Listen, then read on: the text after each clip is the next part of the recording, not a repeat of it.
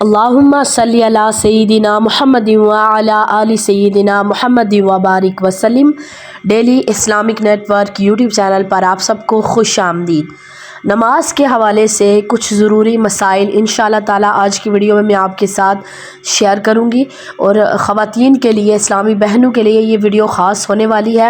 کچھ غلطیاں کرتی ہیں اسلامی بہنیں نماز کے دوران، جس کی وجہ سے نماز نہیں ہوتی۔ محنت بھی کرتے ہیں، وضو کرتے ہیں، نماز کے لیے آتے ہیں، نماز ادا کرتے ہیں، لیکن اس کے باوجود بھی ہماری نماز نہیں ہوتی۔ وہ غلطیاں ہم کیا کرتے ہیں آج مکمل انشاءاللہ تفصیل کے ساتھ میں آپ کے ساتھ شیئر کروں گی، تو آپ ویڈیو کے ساتھ جڑے رہیے گا تاکہ ہمیں پوری بات اچھے سے سمجھ میں آ جائے۔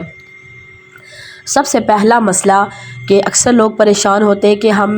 نماز میں، مثال کے طور پر فجر کی نماز ہے، اس میں 4 رکعتیں، 2 سنت اور 2 فرض۔ اب ان 4 رکعتوں میں کیا ہر رکعت میں ہم بار بار سورہ اخلاص، قل هو اللہ احد، کیا یہ ہم پڑھ سکتے ہیں یا نہیں پڑھ سکتے؟ کیا اس سے ہماری نماز ہوگی یا ہمیں اور صورتیں پڑھنے کی ضرورت ہے؟ تو دیکھیں، اگر تو کسی کو باقی صورتیں یاد ہوں لیکن سستی کی وجہ سے کہ نماز جلدی جلدی کمپلیٹ ہو جائے گی، چھوٹی سی صورت ہے تو نماز جلدی ختم ہو جائے گی، اس وجہ سے جان بوجھ کر نماز کو شارٹ کرنے کے لیے، جلدی پڑھنے کے لیے کرنا، تو پھر یہ ٹھیک نہیں ہے۔ نماز ہو جائے گی، ایسا نہیں ہے کہ اس کا فرض ادا ہو جائے گا، لیکن علماء کرام بیان فرماتے ہیں کہ آپ کیا کریں کہ الگ الگ صورتیں پڑھیں۔ اس سے آپ کو قرآن پاک بھی ریوائز ہوگا، جو صورتیں آپ کو یاد ہیں لیکن وقتی ذہن سے تھوڑی بھولی ہوئی ہیں، ان کو بار بار آپ پڑھیں گے تو قرآن کا کافی زیادہ حصہ آپ کو یاد رہے گا۔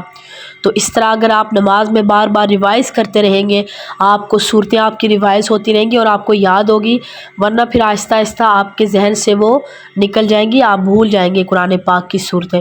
تو یہ آپ کو ریوائز ہوتی رہیں گی، تو بہتر ہے کہ آپ کیا کریں کہ قرآن پاک کی صورتوں کو، جو صورتیں ہیں ترتیب کے ساتھ جتنی رکھتے ہیں، اس میں الگ الگ صورتیں پڑھی جائیں۔ لیکن اگر مثال کے طور پر کسی کو صرف 4 صورتیں آتی ہیں، جیسے 4 قل ہیں، سورہ کافرون، سورہ اخلاص، سورہ فلق، سورہ ناس، اب وہ انسان 4 رکعتوں میں ان 4 صورتوں کو پڑھتا ہے تو کیا اس کی نماز ہو جائے گی؟ بالکل اس کی نماز ہو جائے گی۔ 4 قل بھی بار بار ہر رکعت میں پڑھ سکتے ہیں، نماز ہو جائے گی، اس میں کوئی مسئلہ نہیں ہے۔ لیکن جن لوگوں نے قرآن پاک، پہلے زمانے میں کافی لوگ ایسے ہیں بزرگ کے جنہوں نے قرآن پاک نہیں پڑھا ہوا، انہیں قرآن پاک نہیں آتا، صورتیں نہیں آتی، نماز یاد کی ہوئی ہے اور ساتھ میں سورہ اخلاص یاد کی ہوئی ہے، کیونکہ وہ نماز کے ساتھ لکھی جاتی ہے، جیسے نماز کی کاپیز وغیرہ میں اور نوٹس وغیرہ میں۔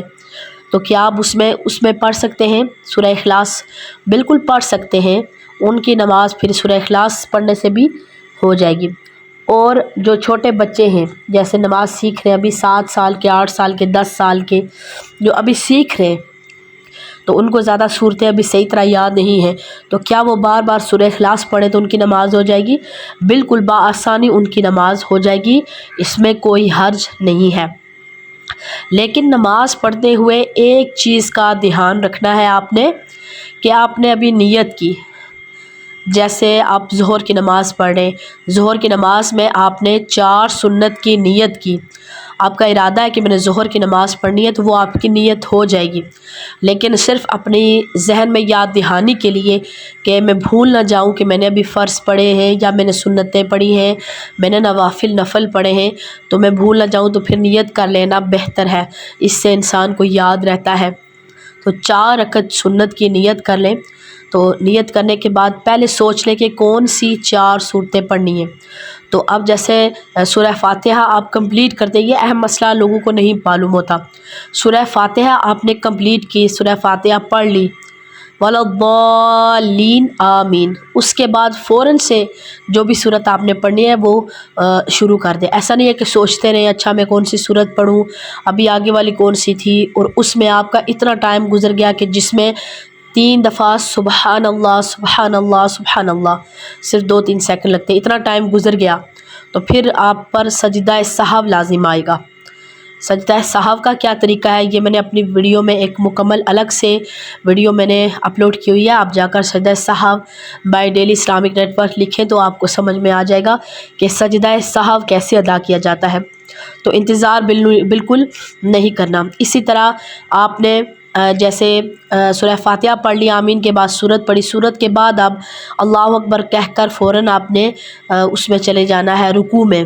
تو رکوع میں جا کر آپ سوچتے رہے میں نے سجدے والی تسبیح ہے یا دوسری تسبیح ہے، تو آپ اتنا توجہ کے ساتھ نماز پڑھیں کہ آپ کو سوچنے کی ضرورت نہ پڑے اور ٹائم ضائع نہ ہو، ورنہ آپ پر پھر سجدہ سہو لازم ہو جائے گا۔ 1 سیکنڈ لگ جائے چلے ٹھیک ہے، تو پہلے سے سوچ لیں کہ میں نے یہ والی صورتیں پڑھنی ہیں، تو پھر اس لحاظ سے پھر کریں۔ لیکن جن کو یاد ہوتی ہیں بہت ساری صورتیں، انہیں پھر اتنی ٹینشن نہیں ہوتی کہ چلے زبان پر پہلے چلے یہاں سے میں نے سٹارٹ کرنی ہے، اس صورت سے سٹارٹ کرنا ہے، تو آگے ترتیب کے ساتھ پھر پڑھتے رہتے ہیں، انہیں پھر اتنی زیادہ پرابلم نہیں ہوتی ہے۔ اب ہم جاتے ہیں کہ اسلامی بہنیں اکثر 2-3 غلطیاں کرتی ہیں نماز میں، جس کی وجہ سے نماز نہیں ہوتی۔ نمبر 1 پر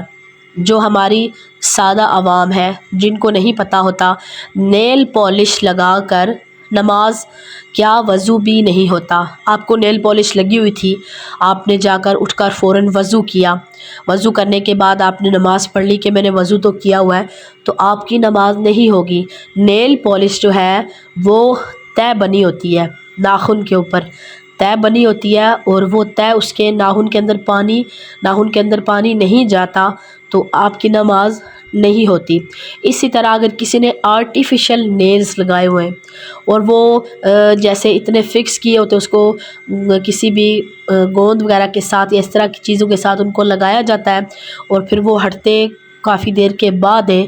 تو آپ کی نماز نہیں ہوگی۔ اوریجنل ناخن تک پانی نہ پہنچے اگر آپ نے آرٹیفیشل لگائے ہوئے ہیں۔ ویسے بھی آرٹیفیشل کوئی بھی چیز ہے یہ نہیں لگانی چاہیے، جو اللہ تعالیٰ نے آپ کو اصل چیز دی ہے وہ بہت زیادہ بیسٹ ہے۔ آپ کو اللہ تعالیٰ، یعنی آپ آرٹیفیشل ناخن لگا رہی ہے کہ ایک انسان نے جو چیز بنائی ہے اور ایک رب نے جو چیز بنائی ہے، کیا جو رب نے آپ کو چیز دی ہے کیا وہ آرٹیفیشل زیادہ اچھی ہے؟ اچھی نہیں ہے نا۔ اب اگر خدا نخواستہ ہمارے 5 انگلیوں کے 5 ناخن اللہ تعالیٰ واپس لے لے، تو کتنے بھی آرٹیفیشل ہم ناخن لگا لیں، ایک ناخن تک نہیں بنا سکتے لوگ جس طرح کا ناخن اللہ تعالیٰ نے ہمیں اوریجنل دیا ہوا ہے۔ تو یہ نا جو اللہ تعالیٰ نے ریئل دیا ہوا ہے اسی کی حفاظت کریں، ٹھیک ہے، انہیں کو آپ سنواریں، صاف ستھرا رکھیں، تو آرٹیفیشل نیلز نہ لگائیں۔ اچھا، اس کے بعد پھر جو آنکھوں میں لینس ڈالے جاتے ہیں، لینس آپ کی آنکھوں میں پڑے ہوئے ہیں، آپ نے وضو کیا ہے، لینس سے وضو ہو جاتا ہے، لیکن لینس بھی اگر آپ کو ضرورت نہیں ہے، کسی کی نظر ویک ہوتی ہے تو اس وجہ سے انہوں نے اس کے لیے بھی لگائے ہوتے ہیں، تو آپ اگر فیشن کے طور پر لگا رہے ہیں کہ میری آنکھوں کا کلر چینج ہو جائے گا، یا میں نے جو مجھے پسند ہے میں نے اس طرح کے لینس، تو نہ ڈالیں پھر، کیونکہ اللہ تعالیٰ نے جو آپ کو کلر دیا ہوا ہے، جس طرح کی آپ کو اللہ تعالیٰ نے بنایا، بہت خوبصورت اور بہت اچھا بنایا ہے، تو آرٹیفیشل والی چیزوں پر مت جائیں۔ اور اسی طرح میک اپ میں کچھ ایسی پروڈکٹس ہیں جو کہ واٹر پروف ہے، یعنی واٹر پروف کا کیا مطلب کہ جن پانی اس کے اوپر سے گزر جائے تو وہ مٹتی نہیں ہے، ختم نہیں ہوتی ہیں، تو ایسی چیزیں بھی اگر آپ استعمال کر رہی ہیں تو آپ نے پہلے ان کو اچھی طرح سے ریموو کرنا ہے۔ ریموو کرنے کے بعد پھر آپ نے کیا کرنا ہے، وضو کرنا ہے، چاہے وہ آپ کسی ریموور سے اس کو ریموو کر رہے ہیں یا چاہے آپ اس کو صابن وغیرہ سے ریموو کر رہے ہیں، جس طرح سے بھی کر رہے ہیں پہلے اس کو ریموو کریں، اس کے بعد پھر آپ سادہ پانی سے وضو کریں۔ اگر آپ نے واٹر پروف کوئی بھی چیز ہے، آپ کی لپسٹک ہے، کوئی بھی کریم پاؤڈر آپ نے چہرے پر لگایا ہوا ہے اور سادہ پانی سے آپ نے منہ دھو لیا کہ میرا وضو ہو گیا، تو وضو نہیں ہوگا۔ ایسی چیز جیسے کوئی ایسی کریم وغیرہ جو آپ نے اپنے چہرے پر لگائی ہے اور سادہ پانی سے اگر آپ چہرہ دھو رہی ہیں اور ہاتھوں سے مل کر اس کو اتار رہی ہیں اور وہ اتر رہی ہے، پھر تو ٹھیک ہے، آپ کا وضو ہو جائے گا۔ لیکن جو اترنے والی نہیں ہے صابن کے بغیر، تو پھر سادہ پانی سے آپ کا وضو نہیں ہوگا۔ صابن سے پہلے اس کو ریموو کریں، اس کے بعد پھر آپ کیا کریں، وضو کریں، تو نماز ہوگی۔ ایک اور غلطی جو اکثر اسلامی بہنیں کرتی ہیں، سر پر نماز پڑھتے ہوئے سر پر اتنا باریک دوپٹہ جیسے شفون وغیرہ کے ہوتے ہیں، اتنا باریک دوپٹہ کہ جس سے بالوں کا کلر نظر آئے، آپ کے بالوں کی سیاہی نظر آئے یا سفیدی نظر آئے، جس طرح کے بھی آپ کے بال ہیں وہ اس بالوں کا کلر آپ کا نظر آئے دوپٹے سے باہر، چاہے آپ جتنا مرضی لپیٹا ہو، اگر بالوں کا کلر نظر آئے گا تو پھر آپ کی نماز نہیں ہوگی۔ اتنا موٹا دوپٹہ ہونا چاہیے، یا اگر اس کو آپ فولڈ کر کے اگر آپ لپیٹ رہی ہیں اور اس سے آپ کو لگ رہا ہے کہ آپ کے بالوں کا کلر نظر نہیں آ رہا، تو پھر آپ کی نماز ہو جائے گی۔ اسی طرح دوپٹے سے بیک سائڈ سے اگر آپ کے بال نظر آ رہے ہیں تو اوپر آپ ان کو کلپ وغیرہ سے باندھ لیں، نہیں تو اس کو اپنی قمیض کے اندر کر لیں۔ بیک سائڈ سے بھی اگر آپ کے بال کھلے ہوں، چاہے بندے ہوں، چاہے آپ نے چٹیا کی ہو، کھولے ہوں، جس طرح بھی ہوں، اگر آپ کا دوپٹہ آپ نے لپیٹ لیا ہے، بیک سائڈ سے آپ کے بال کھلے ہوئے ہیں، تو تب بھی نماز نہیں ہوگی۔ ان بالوں کو اوپر اچھی طرح سے باندھ لیں۔ تو بہترین طریقہ اس کا یہ ہے کہ آپ نماز کے لیے علیحدہ سے ایک بڑی سی چادر رکھیں۔ اکثر بہنیں کہتی ہیں کہ ہم عبایا رکھیں، عبایا چلیں آپ، یہ آپ کے لیے مشکل ہوگا بار بار پہننا پھر اس کو اتارنا، تو بہتر ہے کہ آپ الگ سے ایک بڑی چادر رکھ لیں اور اس بڑی چادر کو اوڑھ کر نماز پڑھیں، اور بعد میں پھر آپ جو گھر کا دوپٹہ ہے آپ وہ آرام سے پھر کر سکتی ہیں، اس سے آپ کی نماز میں بھی مسئلہ نہیں ہوگا۔ تو آپ یاد رکھیں کہ جس طرح نماز میں ہم پردہ کرتے ہیں اسی طرح اصل زندگی میں بھی ہمیں پردہ کرنا پڑے گا۔ اور ایک اور غلطی جو اسلامی بہنیں کرتی ہیں، پاؤں کے ٹخنے نظر نہیں آنے چاہیے۔ اتنے آپ کے کپڑے ہونے چاہیے کہ پاؤں کے ٹخنے آپ کے ڈھکے ہوئے ہونے چاہیے، نظر نہیں آنے چاہیے۔ آج کل کپڑے ہی ایسے بنا رہے کہ